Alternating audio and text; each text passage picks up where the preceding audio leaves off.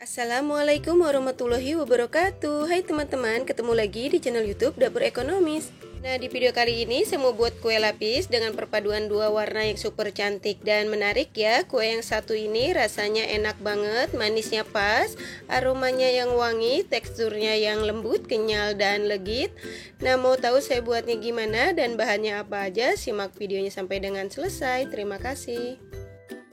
Pertama, siapkan panci, lalu masukkan gula pasir sebanyak 75 gram atau setara dengan 5 sendok makan. Kalau teman-teman suka manis, boleh ditambahkan untuk takaran gulanya, disesuaikan dengan selera ya. Selanjutnya, tambahkan garam sebanyak setengah sendok teh dan vanili bubuk sebanyak 1/4 sendok teh. Tambahkan 3 lembar daun pandan supaya aroma kuenya lebih wangi.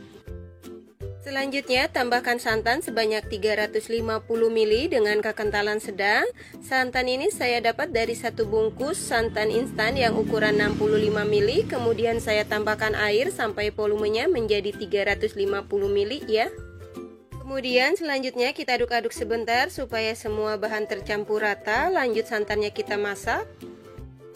Dan untuk santannya ini kita masak menggunakan api yang paling kecil sambil terus diaduk-aduk sampai dengan mendidih ya, supaya santannya nggak pecah.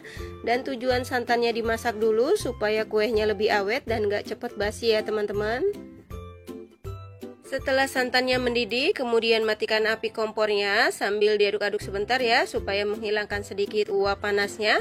Selanjutnya untuk santannya kita diamkan di suhu ruang sampai benar-benar dingin atau minimal hangat baru bisa digunakan. Selanjutnya siapkan wadah yang kering, lalu masukkan tepung beras sebanyak 80 gram atau setara dengan 8 sendok makan seperti ini ya.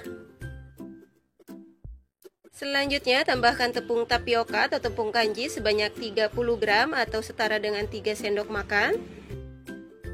Selanjutnya tambahkan tepung terigu sebanyak 15 gram atau setara dengan 1,5 sendok makan. Kalau untuk tepung terigu opsional ya, terserah teman-teman mau pakai atau enggak, disesuaikan dengan selera. Kemudian selanjutnya kita aduk-aduk sebentar supaya semua bahan kering tercampur rata. Setelah semua bahan kering tercampur rata, kemudian masukkan santan yang sudah dimasak tadi dalam keadaan sudah dingin secara bertahap ya.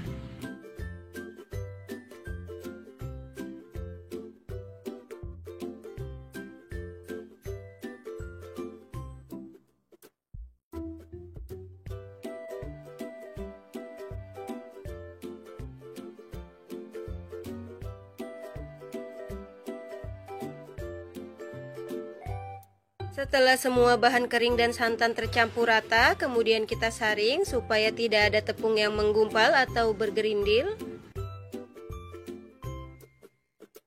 Dan untuk hasil air adonan setelah disaring ini sekitar 450 ml, kemudian kita bagi adonan menjadi 3 bagian.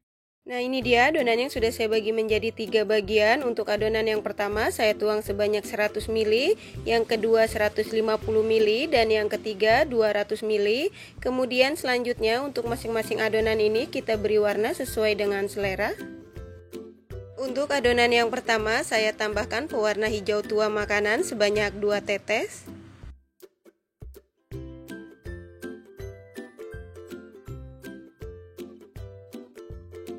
Selanjutnya untuk adonan yang kedua saya tambahkan pewarna merah ros makanan sebanyak 10 tetes.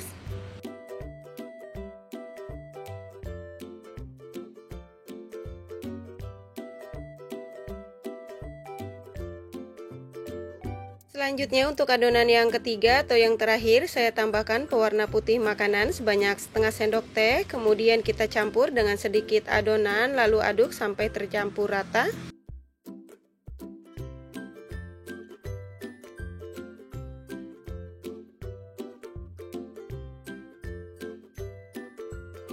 Setelah semua adonan selesai diberi warna, kemudian lanjut kita kukus. Selanjutnya siapkan kukusan, dan untuk kukusannya ini sudah saya panaskan terlebih dulu. Dan jangan lupa kalau teman-teman menggunakan kukusan yang bulat seperti ini, untuk tutupnya dilapisi menggunakan lap atau serbet yang bersih ya, supaya tidak ada uap air yang jatuh ke atas adonan. Di sini saya menggunakan cetakan model lop yang berukuran diameter 6 cm, dan untuk cetakannya ini sudah saya olesi tipis-tipis dengan minyak goreng dan sudah saya panaskan terlebih dulu juga ya. Selanjutnya kita tuangkan adonan lapisan yang pertama yang berwarna pink ke setiap cetakan masing-masing sebanyak 5 ml. Kemudian selanjutnya kita kukus selama 3 menit menggunakan api yang paling kecil atau disesuaikan dengan kompor masing-masing. Setelah 3 menit buka tutup kukusannya, selanjutnya kita tuangkan adonan lapisan berikutnya yang berwarna putih ke setiap cetakan masing-masing sebanyak 5 ml. Dan jangan lupa setiap menuangkan adonan yang baru ke dalam cetakan, untuk adonannya diaduk-aduk dulu ya, supaya tidak ada adonan yang mengendap di bawah. Lanjut kita kukus lagi selama 3 menit. Setelah 3 menit buka tutup kukusannya, selanjutnya kita tuangkan adonan lapisan berikutnya yang berwarna hijau ke setiap cetakan masing-masing sebanyak 5 ml. Biar nggak terlalu lama, untuk videonya saya percepat aja ya. Lakukan secara berulang sampai dengan adonannya habis dan setiap lapisan dikukus masing-masing selama 3 menit.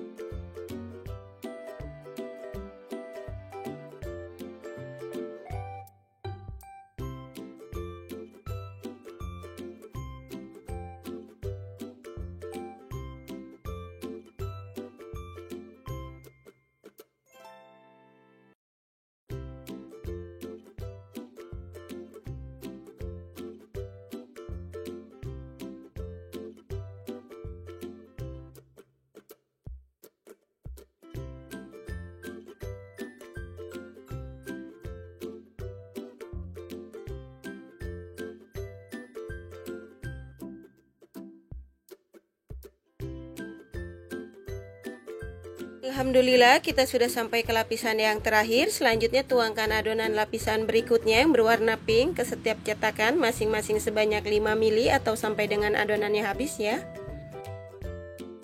Dan untuk adonan lapisan yang terakhir ini kita kukus selama 20 menit atau sampai dengan matang menggunakan api yang paling kecil. Dan jangan lupa dicek kembali untuk air kukusannya supaya nggak kering.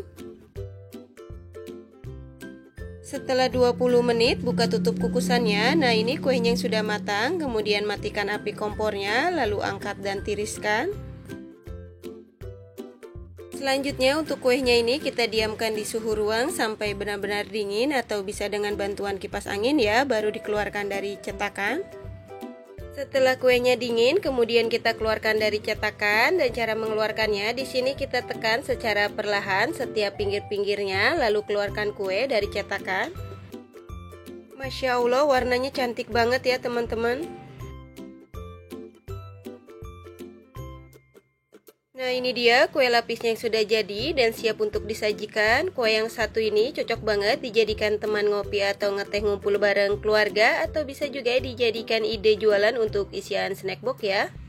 Selain tampilan dan warnanya super cantik dan menarik, apalagi rasanya yang enak, manisnya pas, aromanya yang wangi, teksturnya yang lembut, kenyal dan legit.